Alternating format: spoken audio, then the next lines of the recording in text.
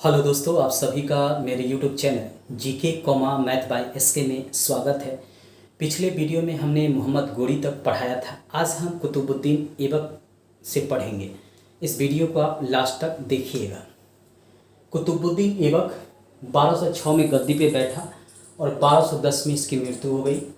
1206 में मोहम्मद गोरी की हत्या गजनी में हो गया। उसके बाद कुतुबुद्दीन ऐबक को गद्दी पर बैठाया गया।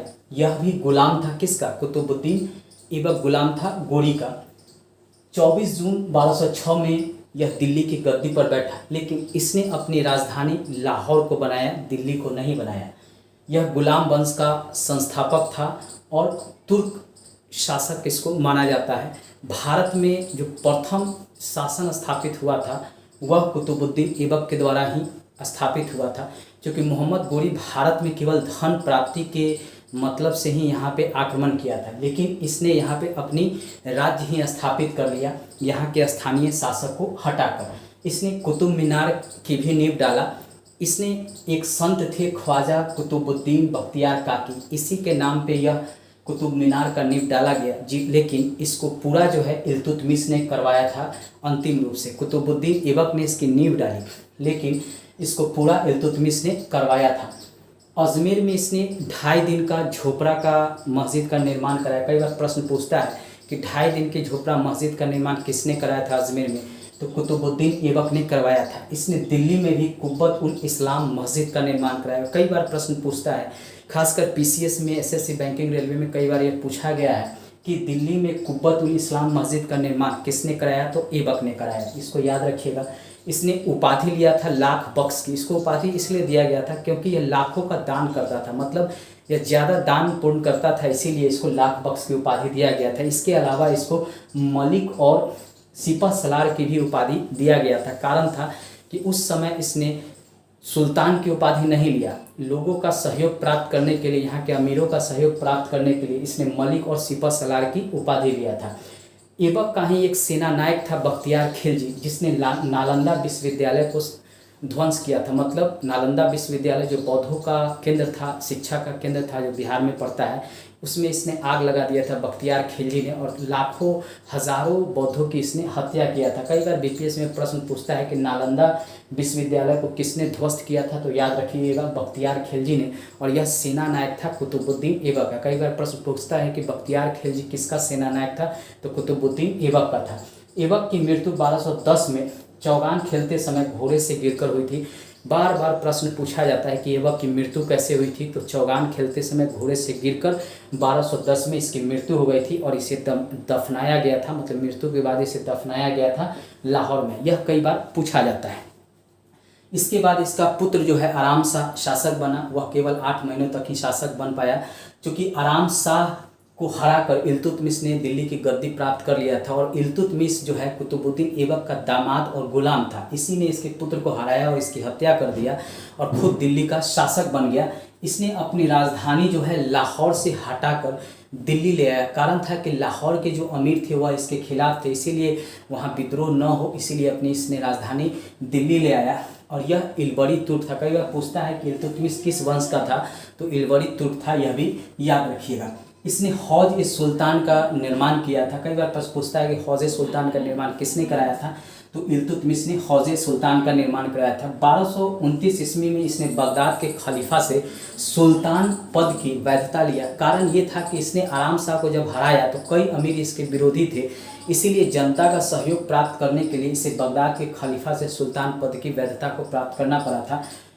ख्वारिज्म के सम्राट जलालुद्दीन को इल्तुतमिश ने अपने यहाँ शरण नहीं दिया। कारण था कि जो चंगेज खां उसने ख्वारिज पर हमला कर दिया था और जलालुद्दीन को वहाँ से खतरा था, उसके राज पर कब्जा कर लिया। तो जलालुद्दीन जो है अपनी जान बचाने के लिए चाहता था कि दिल्ली के जो सुल्तान है इल्तुतमिश उसकी सहयोग करे, लेकिन इल्तुतमिश भी जानता था कि नया राज उसने अभी स्थापित किया है, अगर वह जलालुद्दीन की मदद करेगा तो चंगेज खां जो है दिल्ली पर भी हमला करेगा और दिल्ली को भी वह जीत कर अपने क्षेत्र में मिला सकता है। इसी डर से जो है इल्तुतमिश ने जो है ख्वारिज्म के सम्राट जलालुद्दीन की मदद नहीं किया था। ख्वारिज्म के सम्राट जलालुद्दीन की मदद नहीं किया था। कई बार ये प्रश्न पूछता है कि क्यों नहीं इल्तुतमिश मदद किया था और किसके डर से नहीं मदद किया था? तो चंगेज खां के डर से और जलालुद्दीन को इसने मदद नहीं किया। कई बार ये प्रश्न पूछा गया, खासकर पीसीएसएससी बैंकिंग रेलवे में तो कई बार यह प्रश्न पूछा जाता है। कुतुब मीनार को इसने अंतिम रूप से पूरा कराया था, चूँकि कुतुब मीनार का जो नींव डाला था कुतुबुद्दीन ऐबक ने डाला था, लेकिन अंतिम रूप से जो है कुतुब मीनार का जो पूरा करवाया था वह इल्तुतमिश ने करवाया था। चांदी का इसने टंका एवं तांबे का जीतल भी चलाया था, कौन? इल्तुतमिश ने। कई बार प्रश्न पूछता है कि चांदी का टंका और तांबे का जीतल किसने चलाया था, तो याद रखिएगा इल्तुतमिश ने इसको चलवाया था।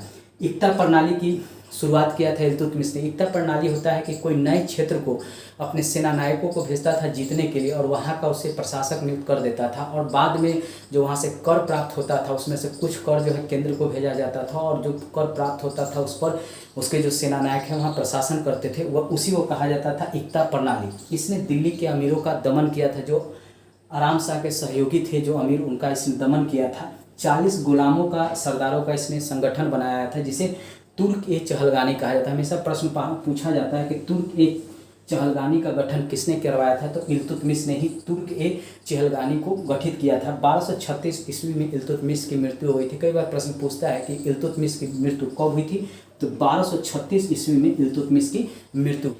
अगला शासक जो बनता है वह रुकनुद्दीन फिरोज बनता है। गद्दी पर बैठने के बाद वास्तविक जो सत्ता है वह उसकी माँ शाह तुर्कान के हाथों में रहता है, जिससे तुर्की अमीर जो है खफा हो जाते हैं, और बाद में जो है रुकनुद्दीन फिरोज को गद्दी से हटा दिया जाता है और उसके जगह पर रज़िया सुल्तान को शासक बनाया जाता है, रज़िया बेगम को शासक बनाया जाता है। 1236 से 1240 ईस्वी तक रज़िया बेगम का शासन रहता है। शासक प्रथम यह महिला शासक बनती हैं। दिल्ली की अगर कोई सत्ता किसी महिला द्वारा सत्ता को पाया जाता है, यानी दिल्ली की गद्दी पर प्रथम यह महिला जो है शासक के रूप में बैठती हैं। पर्दा प्रथा का यह त्याग कर देती हैं और पुरुषों की तरह चोगा, जिसे काबा कहा जाता है, तथा कुल्हा टोपी पहनकर वह राज दरबार में आती है। कौन? रज़िया बेगम। यह याद रखिएगा, हमेशा पूछता है कि रज़िया बेगम ने क्या पर्दा प्रथा को समाप्त कर दिया था, तो अपने लिए उन्होंने पर्दा प्रथा को त्याग दिया था और पुरुषों की तरह चोगा और कुल्हा पहनकर वह राज दरबार में आती थी। रज़िया ने मलिक जलालुद्दीन याकूब को अमीर ए आखुर घोड़े का सरदार नियुक्त किया था। हमेशा प्रश्न पूछता है कि रज़िया ने किसको घोड़े का सरदार यानी अमीर ए आखुर के पद पर नियुक्त किया था, तो याद रखिएगा जमालुद्दीन याकूब, मलिक जमालुद्दीन याकूब को नियुक्त किया था, और इसी कारण विवाद शुरू हो गया गैर तुर्की और यहाँ के जो तुर्की अमीर थे उनके बीच, और इसी का फ़ायदा उठाकर तुर्की जो अमीर थे यहाँ के, वह रज़िया को गद्दी से हटा देते हैं और उसके जगह पे उसका भाई मोइजुद्दीन बहराम शाह को गद्दी पर बैठा देते हैं। कारण यही था कि गैर तुर्की और तुर्की अमीरों के बीच जो है विवाद जो है बढ़ता गया, और तुर्की अमीरों की चूँकि पकड़ जो थी वह मजबूत थी, उन्होंने क्या किया कि मोइनुद्दीन बहराम को गद्दी पर बैठा दिया और रज़िया को हटा दिया। रज़िया ने एक बार पुनः प्रयास किया गद्दी प्राप्त करने के लिए, लेकिन वह सफल ना हो सकी, और उसकी जो है हत्या जो है कैथल में डाकुओं द्वारा कर दिया गया। कहा जाता है कि डाकुओं द्वारा किया गया, लेकिन बहराम शाह ने ही उसकी हत्या करवा दिया था। रज़िया ने शादी अल्तुनिया के साथ किया था। यह भी प्रश्न पूछता है कि रज़िया ने शादी किसके साथ किया था, तो अल्तुनिया के साथ किया था। रज़िया ने शादी अल्तुनिया के साथ किया था। यही अल्तुनिया जो है रज़िया को हराया था। बाद में रज़िया ने इसी अल्तुनिया से शादी कर लिया और एक बार पुनः गद्दी प्राप्त करने की कोशिश किया, लेकिन वह सफल नहीं हो सकी और उसको जो है कैथल में उसकी हत्या कर दी गई 1240 ईस्वी में। यह भी प्रश्न बार बार पूछा जाता है कि कहाँ पे रज़िया की हत्या कर दी गई, तो कैथल में की गई। किसके द्वारा, तो डाकुओं के द्वारा। कब किया गया, तो 1240 में किया गया। अगला शासक जो था बहराम शाह बना, लेकिन इसकी भी जो हत्या जो है 1242 में कर दिया गया। जो अमीर थे तुर्की अमीर, उन्होंने धीरे धीरे जो है गद्दी पर अपनी पकड़ जो है बनाना शुरू किया और अपने अनुसार वह शासक की नियुक्ति करते थे। इल्तुतमिश ने जो 40 सरदारों का अमीर सरदारों का जो संगठन बनाया था तुर्क के चहलगानी, उसी के ये अमीर थे, और धीरे धीरे जो इल्तुतमिश के जो वंशज थे उनको यह गद्दी पे बैठाता और अगर उनकी इच्छा की पूर्ति नहीं करता तो उनको गद्दी से हटा देता, उनकी हत्या भी करवा देता था।